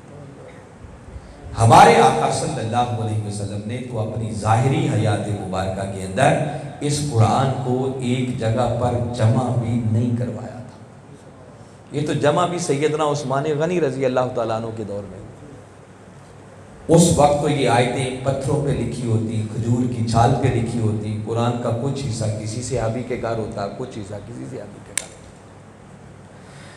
حتیٰ کہ یہ جو قرآن پر زیریں، زبریں، پیشیں، اعراب لگے ہوئے، یہ ہمارے آقا کے دور میں کوئی نہیں تھے، یہ صحابہ کرام کے دور میں بھی کوئی نہیں تھے، یہ تو بعد میں حجاج بن یوسف کا زمانہ جب آیا تو اس کے دور میں یہ قرآن پر زیریں، زبریں اور پیشیں لگی۔ ان لوگوں کی ضرورت اس لیے نہیں تھی کہ وہ عرب لوگ تھے، عربی ان کی زبان تھی، وہ بغیر زیر و زبروں کے بھی قرآن کو پڑھ لیتے، ان کو کوئی دقت پیش نہیں آتی۔ دیکھیں نا، اردو ہماری زبان ہے، کوئی زیریں زبریں لگی ہوتی ہم پڑھ لیتے ہیں کہ نہیں؟ مثلا اگر سین اور بے یہ دو حروف ملا کے لکھے ہوئے ہوں تو یہ کیا بنے گا؟ کیا بنے گا؟ کوئی اس کو سب پڑھے گا، کوئی صوب پڑھے گا، ہماری زبان ہے، ہمیں پتہ ہے یہ بنتا ہی سب ہے اور بن کچھ نہیں سکتا. اسی طرح عربی اردو زبان تھی، بغیر زیر و زبروں کے پڑھ لیتے تھے. یہ تو جب اسلام عربوں سے نکل کر ہم اجمیوں تک دور دور تک پہنچا تو تب یہ خطرہ پیدا ہوا کہ جن کی زبان عربی نہیں ہے اگر اس پر اعراب نہ لگائے تو لوگ تو غلط پڑھنا شروع کر دیں گے، اپنے اپنے رنگ میں پڑھیں گے. تو ساری امت کو ایک طریقے پر ایک قرات پر جمع رکھنے کے لیے حجاج بن یوسف کے زمانے میں اس قرآن پر اعراب زیر زبر اور پیشے لگے. تو مجھے بتائیں ایک کام آقا کے دور میں نہیں ہوا، صحابہ کرام کے دور میں نہیں ہوا، بعد میں جا کر ہوا، تو کیا معاذ اللہ اسے ناجائز اور بدعت کہہ کے ختم کر دیا جائے؟ آپ ذرا یہ اعراب ہٹا کر دکھائیں، میں دیکھوں گا کون مائی کا لال ہے جو قرآن پڑھنے کے قابل رہ جائے گا. تو پتہ چلا یہ بنیادی اصول درست، یہ اصول ہی غلط ہے. میں نوجوانوں کے لیے ایک دلچسپ بات کہہ رہا ہوں، بات سمجھانے کے لیے. لطیفہ میں نہیں سنانے لگا، میں بات سمجھانے کے لیے آپ کو یہ بات کرنے لگا. کئی بار اس طرح کی بات سے جلدی بات سمجھ میں آتی. آپ کے دوست ہوں گے، آپ سے سوال کریں گے، کلاس فیلوز ہوں گے، تو انہیں پیار سے بٹھا کر بتائیں بھی دیکھیں جتنے آج کے دور میں ذرائع عام تو رفتے ہیں، موٹر سائیکل آ گئی، کاریں آ گئی، بسیں آ گئی، ٹرینیں آ گئی، ہوائی جہاز آ گئی، مجھے بتائیں ان میں سے کوئی سواری بھی ہمارے آقا کے دور میں تھی؟ کوئی بھی نہیں تھی. ہمارے آقا صلی اللہ علیہ وسلم نے دراز گوش پر بھی سواری کی. دراز گوش کسے کہتے ہیں؟ گدے کو کہتے ہیں. اور اس دور میں گدے پر سواری کرنا کوئی عیب کی بات، اس دور کی سواری تھی. ہمارے آقا صلی اللہ علیہ وسلم کے پاس بھی ایک گدھا مبارک تھا جو آپ سے محبت کرتا تھا اور ہم سے بھی زیادہ سمجھدار تھا. اتنا سمجھدار تھا کہ کئی بار جب کوئی اور بندہ موجود نہ ہوتا، میرے آقا نے کسی صحابی کو بلانا ہوتا تو اس گدھے کو بھیج دیا، وہ سیدھا اسی صحابی کے گھر جاتا جدھر آقا نے بھیجا ہوتا، اور وہ صحابی دیکھتے ہی سمجھ جاتا کہ میرے آقا کا قاصد آ گیا ہے، یقیناً مجھے بلایا جا رہا ہے. کبھی کبھی میرے آقا اس پر سواری بھی کرتے.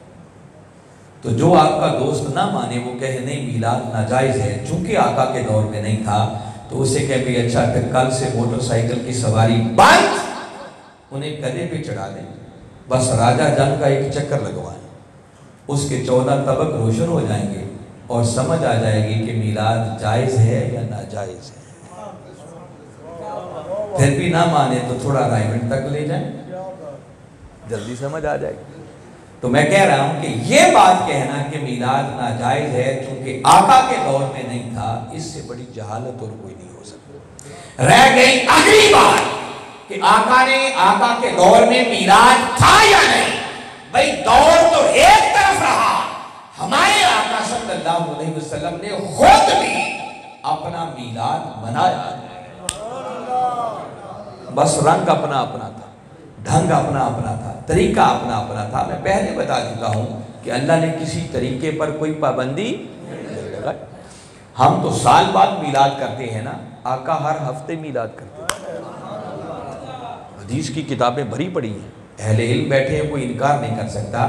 میرے آقا صلی اللہ علیہ وسلم ہر پیر والے دن روزہ رکھتے تھے.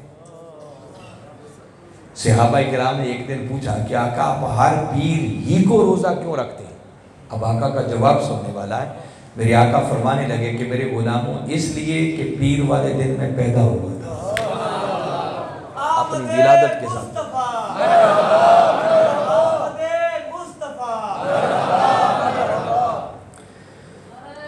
پھر میرے آقا صلی اللہ علیہ وسلم جب مکہ سے ہجرت کر کے مدینہ چلے گئے تو ایک مرتبہ میرے آقا نے بکرے ذبح کر کے باقاعدہ کھانا بنوایا اور اپنی ولادت کی خوشی میں مدینہ والوں کی دعوت کی اور ان کو جی بھر کے کھانا کھلایا گیا. آقا نے جو بھی خوشی کی. کوئی آپ سے پوچھے کہ اچھا آقا نے تو روزہ رکھا، انہوں نے کھانا کھلایا، تو بیٹھ کے نعتیں پڑھنا شروع کر دیتے. ایسا میلاد کہاں ہوتا تھا؟ سن لیں، ایک بات اس پر بھی کہتے ہیں. ویسے تو وہ کتاب جو میں نے نام لیا ہے نا، میلاد النبی صلی اللہ علیہ وسلم، اس کتاب کو پڑھیں. حضور شیخ الاسلام نے پھر ایک پورا باب باندھا ہے اور کم و بیش کوئی 42 کے لگ بھگ صحابہ کرام کے نام اور ان کے کلام بھی جمع کر دیے ہیں جو میرے آقا صلی اللہ علیہ وسلم کی ظاہری حیات مبارکہ کے اندر نعتیں لکھتے بھی تھے اور نعتیں پڑھتے بھی تھے۔ میں ان میں سے صرف ایک ایمان افروز بات بتاتا ہوں جس کو پھر دنیا کا کوئی شخص چیلنج نہیں کر سکتا، اتنی زبان زدے عام بات۔ صحابہ کرام کا اجتماع ہوتا، ہمارے آقا صلی اللہ علیہ وسلم خود جلوہ افروز ہوتا اور باقاعدہ ممبر لگتا۔ کیا ہوتا؟ اب مجھے بتائیے کہ اگر ایک دو بندے بیٹھے ہوں تو ممبر کی ضرورت پڑتی ہے؟ ممبر کی ضرورت تب پڑتی ہے جب مجمع زیادہ ہو، ممبر لگتا۔ ممبر لگنے کے باوجود ہمارے آقا نیچے جلوہ افروز ہو اور حضرت حسان بن ثابت کو حکم دیتے کہ حسان آؤ میرے ممبر پر چڑھ جاؤ اور ممبر پر چڑھ کر ذرا مجھے میری نعتیں سناؤ۔ ان کو ممبر پہ چڑھا دیتے اور خود اللہ کی بارگاہ میں ہاتھ اٹھا کے ایک دعا بھی کرتے۔ دعا کیا کرتے؟ اللہ کی بارگاہ میں عرض کرتے کہ مولا حسان جب تک میری نعت پڑھ رہا ہے تو جبریل امین علیہ السلام کو ان کی مدد کے لیے ان کے پیچھے کھڑا کر دے۔ یہ آقا دعا کرتے، قربان جائیں حضرت حسان کے مقدر پر، پھر وہ ممبر پہ چڑھ جاتے، آقا سامنے جلوہ افروز ہوتے، وہ آقا کے مکھڑے کو تک بھی رہے ہوتے اور آقا ہی سے مخاطب ہو کر نعت کیا پڑھتے؟ عرض کرتے وَأَحْسَنُ مِنْكَ لَمْ تَرَكَ تُوَيْنِ کہ آقا آپ جیسا حسین آج تک میری آنکھ نے دیکھا ہی نہیں۔ وَأَجْمَلُ مِنْكَ لَمْ تَلِدِ النِّسَاءُ اور آقا آپ جیسا جمیل آج تک کسی ماں نے جنا ہی نہیں۔ خلقتا مبرّن من کل عیب اور اللہ نے ہر عیب سے نقص سے آپ کو اس طرح پاک پیدا فرمایا ہے کاننا قد خلقتا کما تشاء کہ لگتا ہے کہ اللہ نے آپ کو آپ سے پوچھ کر بنایا کہ محبوب تجھے کیسا بناؤں۔ آقا کے سامنے نعت پڑھی جاتی۔ راجہ جنگ والوں مجھے بتاؤ جب صحابہ کرام کا اجتماع ہو گیا، آقا خود صدر مجلس بن گئے، حضرت حسان نے ممبر پر چڑھ کر نعتیں پڑھ دی، تو یہ آقا کا میلاد نہ بنا تو کیا بنا؟ ہم بھی تو یوں ہی بیٹھ کے نعتیں پڑھتے، نیا کام کون سا کرتے؟ اس کا مطلب کہ ہر چیز کی اصل اس دور میں موجود تھی، کوئی کام بھی نیا نہیں۔ آخری سوال اس پر میں تھوڑی سی روشنی ڈال کے، وہ ایک الگ پورا سبجیکٹ ہے، میں نے تو جسٹ تھوڑی بات آپ کو بتائی ہے، جو پڑھنے کا ذوق رکھے میں بتا رہا ہوں 1000 صفحات پر مشتمل کتاب ہے اور میلاد کے حوالے سے ذہن میں اٹھنے والے ہر سوال کا جواب بڑا شافی اور کافی قرآن اور حدیث کی روشنی میں آپ کو ایک ہی جگہ پر مل جائے۔ وہ کتاب پڑھنے والی ہے، نیٹ پہ بھی اویلیبل ہے، آپ پڑھ سکتے ہیں۔ آخری سوال جس پر میں تھوڑی سی روشنی ڈالنا چاہ رہا ہوں، یہ جو ذہنوں میں سوال آتا ہے کہ 12 ربیع الاول کا دن اگر ہمارے آقا صلی اللہ علیہ وسلم کی ولادت باسعادت کا دن ہے تو اسی دن آپ کا وصال مبارک بھی ہو۔ میلاد پر خوشی کرتے ہیں تو وصال پر غم کیوں نہیں کرتے؟ میں بالکل شارٹلی اس کا جواب آپ کو دے رہا ہوں۔ خوشی تو اس لیے کرتے ہیں کہ خوشی کرنے کا حکم خدا نے دیا اور یہ بات میں پہلے آپ کو بتا چکا۔ اب رہ گئی بات ہے ہم وصال مبارک پر غم کیوں نہیں کرتے؟ تو یاد رکھو ہم آقا کے وصال مبارک پر غم اس لیے نہیں کرتے کہ ہمارے آقا آج بھی ہمارے اندر موجود ہیں۔ کیا خیال ہے یا نہیں؟ جو سمجھتا ہے کہ آقا آج بھی ہیں بلا ہاتھ کھڑا کریں۔ اللہ آپ کو اس عقیدے پر قائم رکھے۔ ہم اپنے نبی کے دیوانے، ہم اپنے نبی کے دیوانے، ہم زندہ نبی کے دیوانے، ہم زندہ نبی کے دیوانے، ہم زندہ نبی کے دیوانے، حضور شیخ الاسلام۔ تو مجھے بتائیے کوئی موجود بھی ہو، کوئی موجود بھی ہو اور کوئی غم کرتا پھرے تو یہ کوئی عقل مندی کی بات نہیں۔ بھائی غم وہ کریں جن کا رسول چلا گیا۔ ہمارے آقا تو 14 صدیاں پہلے بھی تھے، آج بھی ہیں، قیامت تک رہیں گے اور قیامت کے بعد بھی اگر کسی کی نبوت اور رسالت کا ڈھنکا بجے گا تو وہ محمد مصطفیٰ کی نبوت۔ بھئی غم کیسا؟ میں بتا رہا ہوں یہ ایک الگ پورا ٹیکنیکل سبجیکٹ ہے جس پر گھنٹوں بات ہو سکتی ہے. میں آپ کو پھر ایک سادہ سی بات بتاتا ہوں. دیکھیے ہم کلمہ طیب پڑھتے ہیں, اس میں کیا کہتے ہیں؟ لا الہ الا اللہ محمد رسول اللہ. کیا معنی ہے؟ اللہ کے سوا کوئی عبادت کے لائق نہیں. اور پھر کہتے ہیں محمد صلی اللہ علیہ وسلم اللہ کے رسول تھے کہتے ہیں یا ہیں کہتے ہیں؟ پکی بات ہے جی, سوچ لیں. محمد صلی اللہ علیہ وسلم اللہ کے رسول ہیں, تو بھئی جب وہ ہیں تو پھر مانو نا کہ وہ آج بھی ہیں. تو جب وہ ہیں تو پھر غم کیسا؟ تو غم اس لیے نہیں کرتے کہ ہمارے آقا آج بھی ہمارے اندر موجود ہیں. آقا اپنی شان نبوت اور رسالت کے ساتھ آج بھی ہمارے اندر موجود ہے. آقا اپنی شان رحمت کے ساتھ آج بھی ہمارے اندر موجود ہے. آقا اپنی شان شفاعت کے ساتھ آج بھی ہمارے اندر موجود ہے. آقا اپنی شان توسل کے ساتھ آج بھی ہمارے اندر موجود ہے. آپ کی موجودگی کی کروڑوں شکلیں, اور ہمارے آقا صلی اللہ علیہ وسلم اپنے جسم اصلی کے ساتھ اپنی قبر انور کے اندر اس شان کے ساتھ زندہ اور حیات ہیں کہ آقا وہاں رہ کر بھی پوری کائنات کا مشاہدہ فرما رہے ہیں. اور آقا جب چاہیں, جہاں چاہیں, کس پر چاہیں, جتنا چاہیں اور جس حال میں چاہیں, آقا آج بھی کرم فرما رہے ہیں. تو غم کیسا؟ ایک جگہ پر یہی بات میں نے کی تو ایک بندے نے سوال کر دیا. وہ کہتے ہیں اچھا علامہ صاحب اب اتنا زور دے کے کہہ رہے ہیں کہ آقا موجود ہیں, تو پھر وہ نظر کیوں نہیں آتے؟ نظر بھی تو آنا چاہیے. تو راجہ جنگ والوں یاد رکھو, کسی کا نظر نہ آنا یہ اس کے نہ ہونے کی دلیل. بھئی قصور دیکھنے والے کی نظر کا بھی ہو سکتا ہے کیا نہیں؟ دیکھیں نا, اس کائنات میں کروڑوں حقیقتیں ایسی ہیں جو ہمیں نظر نہیں آتی مگر ہم انہیں مانتے ہیں. مانتے ہیں یا نہیں مانتے؟ کیونکہ ہماری آنکھ کی دیکھنے کی ایک حد ہے. کئی چیزیں اتنی چھوٹی ہیں کہ ہم ننگی آنکھ سے نہیں دیکھ سکتے, اور اگر آنکھ کے آگے خوردبین لگا لیں, مائکروسکوپ, تو وہ چھوٹی چیزیں بھی نظر آنا شروع ہو جاتی ہیں. ایسا ہی ہے نا.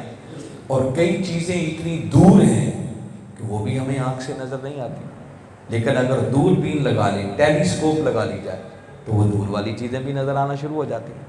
تو پتہ چلا کہ نظر نہ آنا یہ کسی کے نہ ہونے کی دلیل. میں دلچسپ بات بتاتا ہوں. دیکھو نا, عید کا چاند ہے, کتنوں کو نظر آتا ہے؟ سوائے مفتی صاحب کے کسی کو نظر ہی نہیں آتا. اور آج کل تو رات 11 بجے بھی نظر آ جاتا ہے. دیکھتے وہ ہیں, مانتے ہم سارے ہی, ہمیں نظر بھی کوئی نہیں آتا نا. تو اس لیے میں کہہ رہا ہوں کہ کسی کا نظر نہ آنا یہ اس کے نہ ہونے کی دلیل. خدا نظر آتا ہے؟ خدا ہے یا نہیں؟ عجیب بات ہے, نظر بھی نہیں آتا مگر مانتے ہیں کہ خدا ہے. اس کا مطلب کہ نظر نہ آنا یہ نہ ہونے کی دلیل نہیں ہے. یہ قصور دیکھنے والے کی نظر کا بھی ہو سکتا ہے, آنکھ میں اتنی طاقت نہیں. یہ بڑے لوگ میری بات کی تائید کریں گے. ایک دور ہوتا تھا جس میں ریڈیو ہوتے تھے. ریڈیو کا ایک بٹن ہوتا تھا جسے گھماتے تھے, پھر سوئی موو کرتی تھی. ایک سکرین سی بنی ہوتی تھی جس پہ نمبر لگے ہوتے تھے. وہ سوئی جب آگے پیچھے ہوتی تو کبھی لاہور کا اسٹیشن چلتا ہے, کبھی کراچی چل پڑتا ہے, کبھی ملتان چلتا ہے, کبھی اسلام آباد چلتا ہے. ایسے ہوتا تھا یا نہیں؟ پھر ٹی وی نکل آئے. ٹی وی کے چینل ہوتے تھے گھمانے والے, چینل گھماتے اسٹیشن بدلتے چلے جاتے.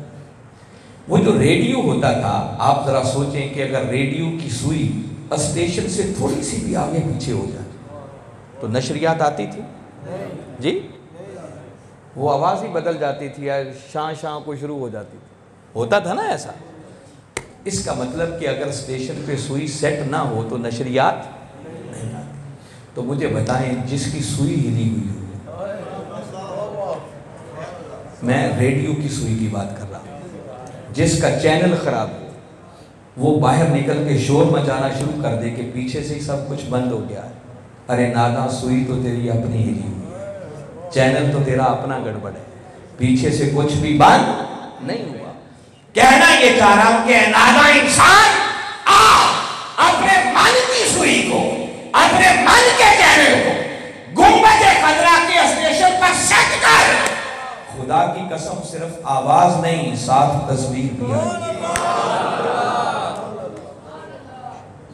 سوئیاں ہماری اپنی ہلی ہوئی ہیں، چینل ہمارے اپنے خراب ہیں، اور کہتے ہیں نظر کچھ نہیں آتا۔ نظر کیسے آئے؟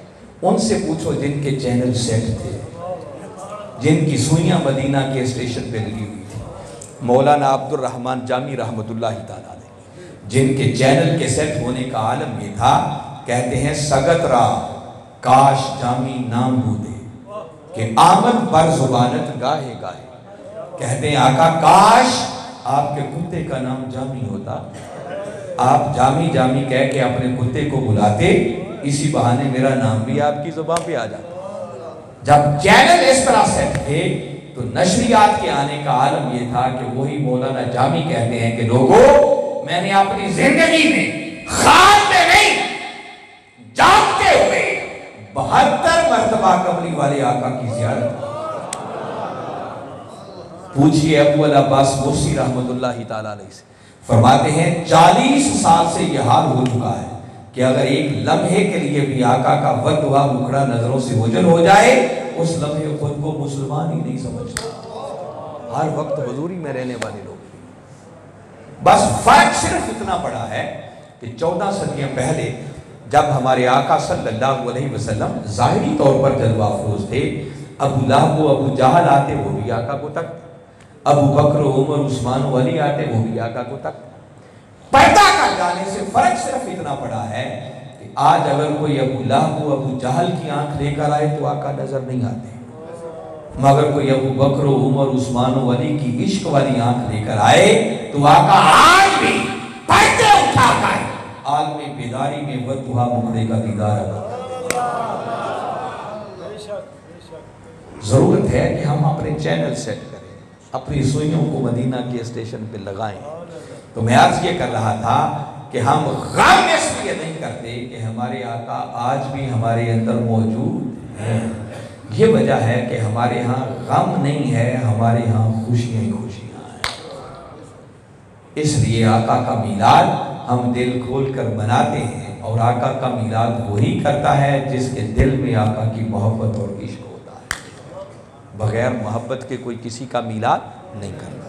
یہاں تک تو بات ہو گئی میلاد کی، اس پر میں مزید ڈیٹیل میں نہیں جاتا، مگر آگے چند منٹ صرف مختصر لینا چاہ رہا ہوں، مگر بڑی خاص بات ہے۔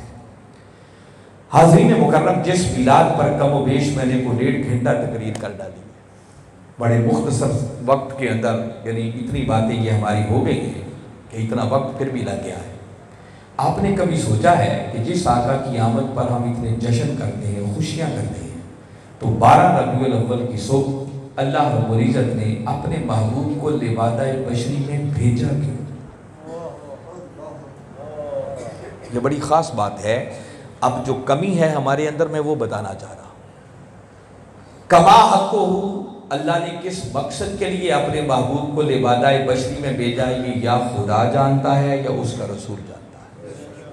کسی انسان کی عقل میں آنے والی باتیں، مگر ایک بات جس کو نظر انداز نہیں کیا جا سکتا، جو سمجھ میں آنے والی ہے، کہ اللہ رب العزت نے 12 ربیع الاول کی صبح اپنے محبوب مکرم صلی اللہ علیہ وسلم کو لبادہ بشری میں سیدہ آمنہ رضی اللہ تعالیٰ عنہ کی گود میں اس لیے بھیجا تاکہ اس امت کو اس نبی کی سیرت ملے۔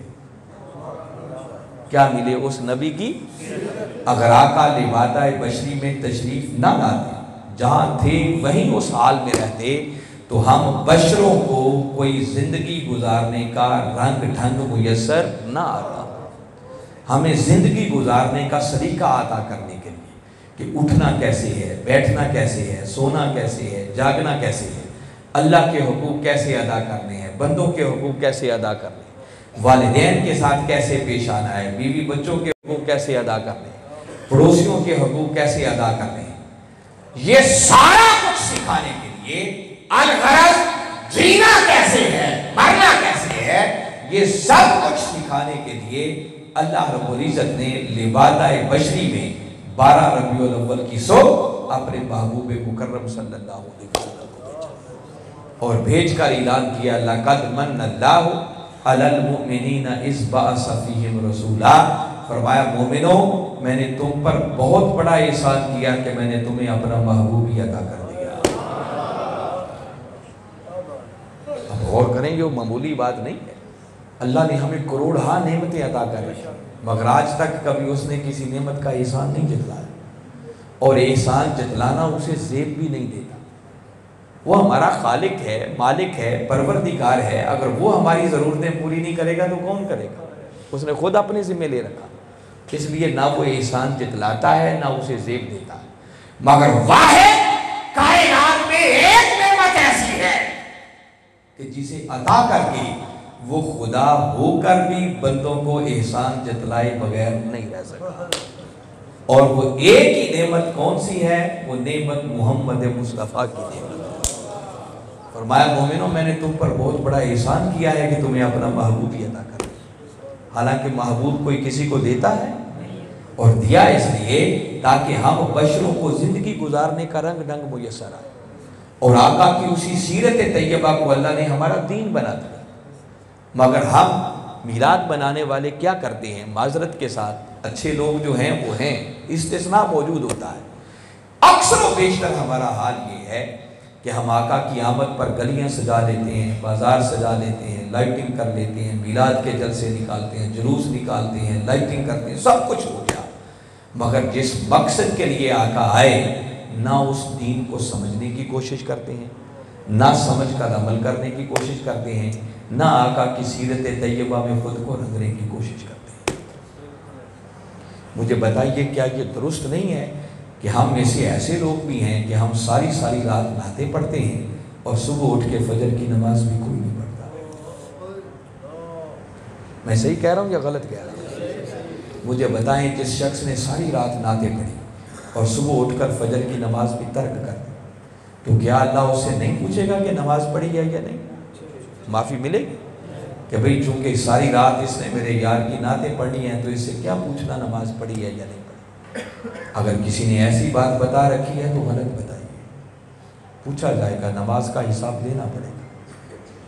دیکھیں نا, نمازیں ہم کوئی نہ پڑھیں, زکوٰۃ ہم کوئی نہ دیں, روزے رکھنے کی فکر ہمیں کوئی نہ ہو, حج کی فکر ہمیں کوئی نہ ہو, والدین کا ادب ہم نہ کریں, بیوی بچوں کے حقوق ہم ادا نہ کریں, پڑوسی ہم سے تنگ ہوں, جھوٹ بولیں, دھوکہ کریں, فراڈ کریں, اور سال کے بعد میلاد کا ایک جلسہ کر کے سمجھیں بس بیڑا ہی پار. یہ بہت بڑا مغالطہ ہے. اس مغالطے کو دور کرنے کی ضرورت ہے. میلاد ہرگز اس کی اجازت نہیں دیتا کہ اب نمازوں کی ضرورت کوئی نہیں ہے, آقا کی سیرت پر عمل کرنے کی ضرورت نہیں. جتنا میلاد ہم مناتے ہیں نا, یاد رکھیں یہ میلاد ادھورا ہے, یہ میلاد پورا نہیں ہے. میلاد پورا تب ہوگا کہ آقا کی آمد کی خوشیاں بھی کریں, جشن بھی منائیں, اور آقا کی آمد کے نتیجے میں جو آپ کی سیرت طیبہ بھی, جو آقا دین اسلام لے کر آئے, اس دین پر عمل کر کے اپنی دنیا کو بھی سنواریں اور اپنی آخرت کو بھی سنواریں. آج ہم اس دین سے کوسوں دور ہوتے چلے جاتے ہیں. میں سادہ سی ایک ہی بات بتاتا ہوں, اس سے بڑھ کر رونگٹیں کھڑی کر دینے والی بات اور کیا ہوگی. ہم سب نے کلمہ پڑھا ہے, آقا کا دین قبول کیا ہے, اور جس دین کو ہم نے قبول کیا ہے اللہ نے آسمانوں سے ایک دین, اس دین کے لیے ایک ہی کتاب نازل کی ہے جسے قرآن کہتے ہیں. مگر ہم کلمہ پڑھنے والے ذرا اپنے گریبانوں میں جھانک کر دیکھیں, بحثیت امت جائزہ لیں کہ ہم میں سے کتنے ہیں جن کو صحیح ڈھنگ کے ساتھ وہ کتاب پڑھنا آتی ہے. ہم میلاد بنا لیتے ہیں مگر اس کتاب کو پڑھنا کوئی نہیں سیکھتا. وہ چند صورتیں جو ہر روز نماز میں تلاوت کرنا ہوتی ہیں, ہمیں وہ بھی صحیح تلفظ کے ساتھ کوئی نہیں آتی. اور پھر سوچیں جن کو یہ کتاب پڑھنا آتی ہے ان میں سے وہ کتنے ہیں کہ جو پڑھیں ان کو سمجھ بھی آتی ہے کہ اس قرآن کے اندر لکھا کیا ہے. میں صحیح کہہ رہا ہوں یا غلط کہہ رہا ہوں؟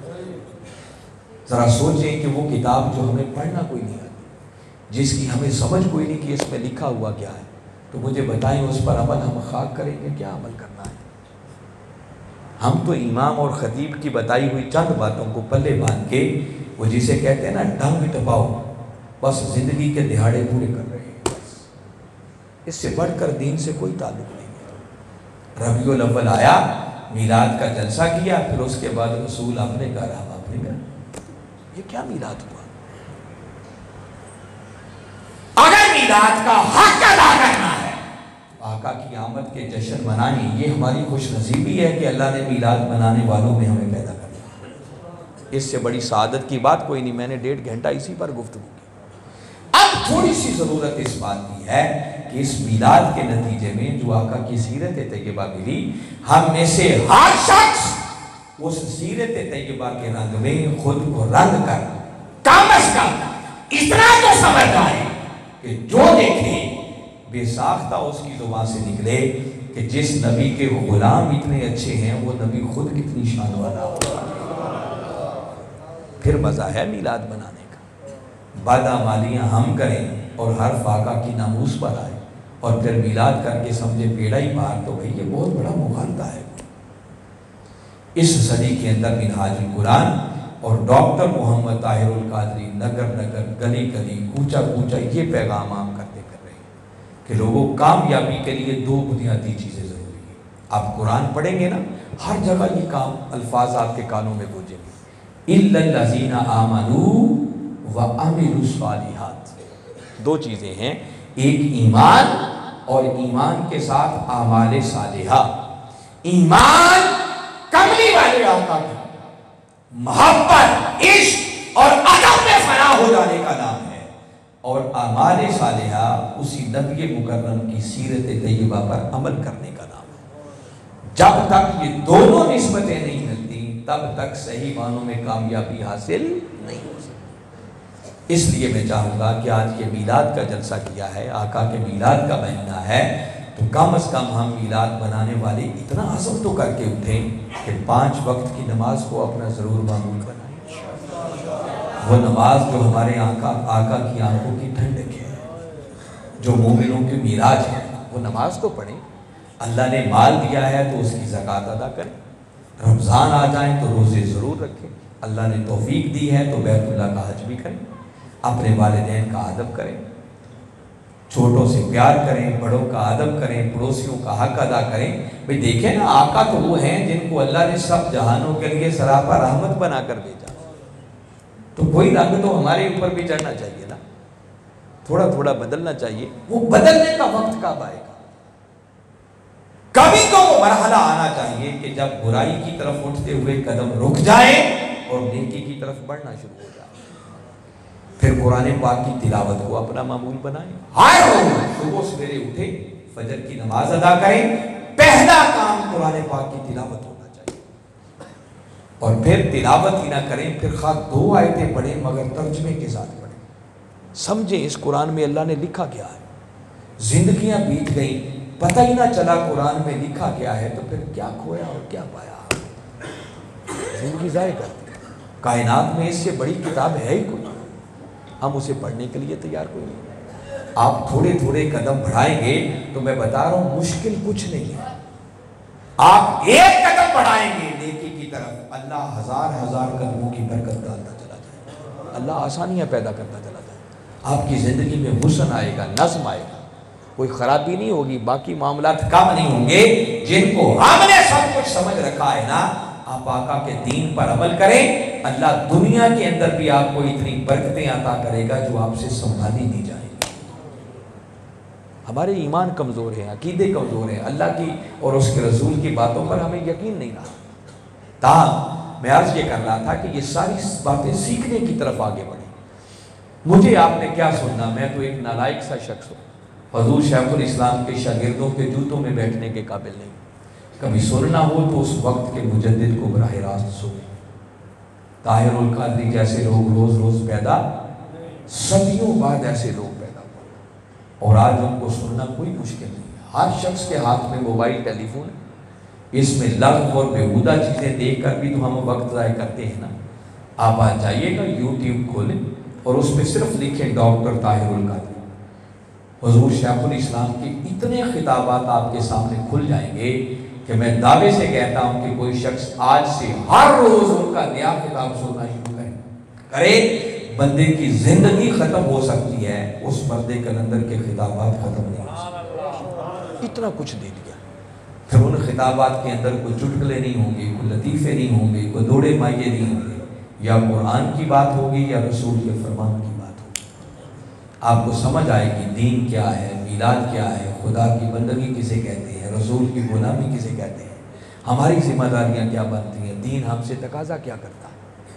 میں بتا رہا ہوں ہزارہ موضوعات ملیں گے، جس موضوع پر سننا چاہیں وہی موضوع آگے لکھے، اسی موضوع پر خطاب نکل آئے گا آپ کے پاس۔ کچھ سیکھنا چاہیے، دین کی طرف آگے بڑھنا چاہیے۔